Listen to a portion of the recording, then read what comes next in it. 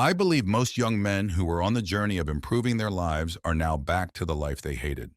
And after doing a little bit of research, I can say most of them were lacking one basic skill, a skill that you can't really make changes without: self-control. If the first line of my speech somehow relates to you, I highly encourage you to take practical or down-to-earth sort of actions we will discuss later in this video. For now, let's make some points about self-control.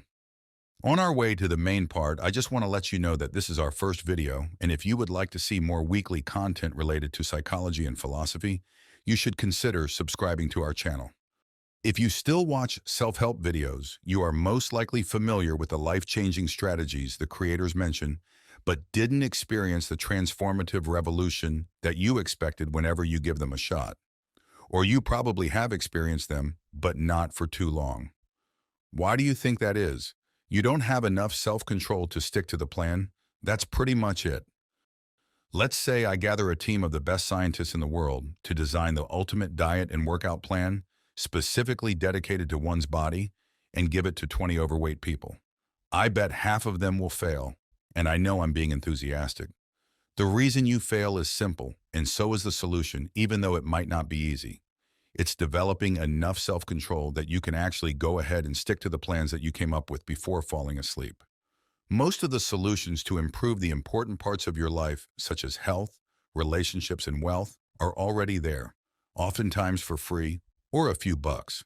But again, it's not the right plan that will determine the success, but your ability to follow the rules over and over again. Before we move to the 3 practical cures I found after digging around the internet, let's look at an experiment made by psychologist Walter Mischel during the 1960s and 1970s. This experiment was called the marshmallow test. In the experiment, children were offered a choice. They could choose to eat one treat right away, which usually is a cookie or a marshmallow, or they could wait a brief period of time in order to get 2 treats. At this point, the researcher would leave the child alone in a room with a single treat. As expected, many of the kids chose to eat the single treat the moment the experimenters left the room. However, some of the kids were able to wait for the second treat. Later that year, researchers found that children who were able to resist the urge to eat the marshmallows in order to receive a doubled reward were also more likely to have better academic performance than the kids who gave in to temptation immediately. The same is true for us. People who are in control of their urges and temptations are more likely to do better in life. Think about it. Is it fair for someone who indulges every urge during their productive hours to compete against someone who is a master at ignoring their urges? I do not think so. I know it is pretty obvious, but it was worth addressing. Now let's explore the 3 principles I've found to be solutions for lack of self-control. Principle number 1. What you do the evening before matters just as much as what you do each morning. In fact, what you do the night before makes it much more likely that you'll accomplish what you're aiming to get done on any given day. It's interesting how the most effective productivity systems often boil down to simplicity. Despite this, many of us find productivity hacks to be more appealing. We continuously seek new methods to enhance our efficiency. But ironically, this pursuit can sometimes lead to a decrease in productivity as we spend valuable time-consuming content rather than implementing actionable strategies. If you have by any means heard of the Ivy Lee method, it's a straightforward yet effective approach to boosting productivity. It basically involves wrapping up each day by writing down the 5 most crucial pieces of work you need to tackle the following day. Then when you start your day, dive straight into working on those tasks. You can even slot them into your calendar if that helps keep you organized. What's key is ensuring those tasks are completed by the end of the day, regardless of how you structure your workflow. When I analyzed my unproductive days, I noticed a recurring pattern, which is the absence of prior planning.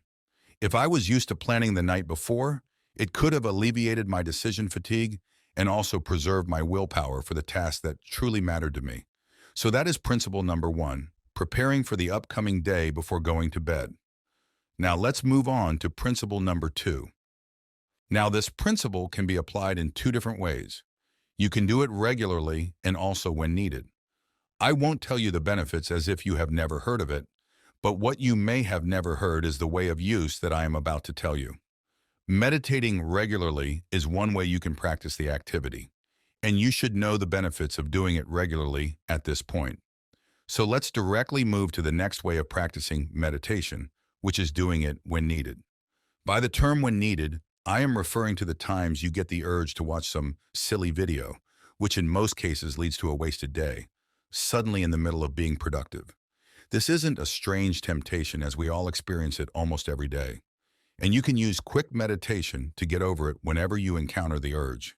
In this video, the creator mentions how this should be done. I'll link the video if you want to watch it. In his video, he states that you should not resist and work through the feeling of urge. Instead, you should take a few minutes and practice a quick meditation without having to leave your chair.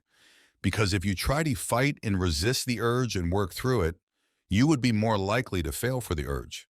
Assuming that you started working on yourself in the few past years, you may not have the strength to resist the temptations.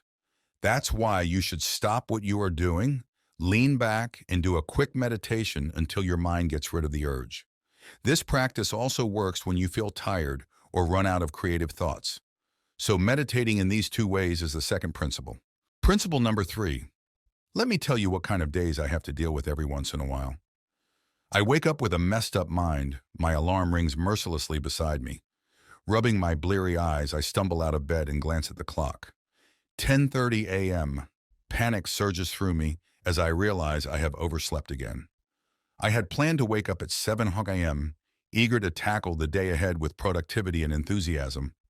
But once again, my lack of a consistent sleeping schedule betrays me.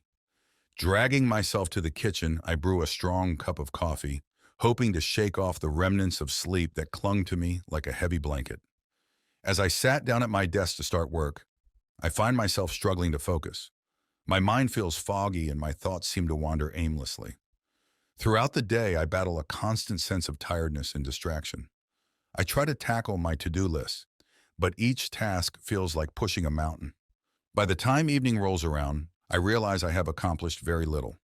My day had been a blur of half-hearted attempts at productivity, interrupted by frequent yawns and glances at my bed.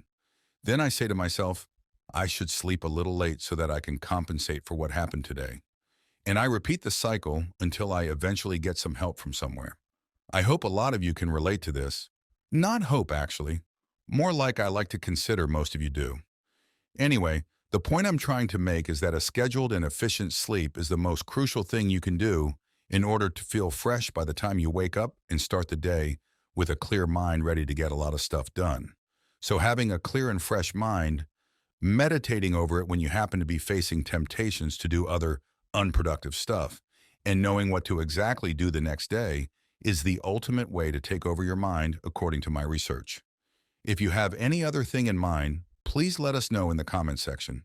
I hope this helps you to take one step ahead in your journey, and I will see you on the next one.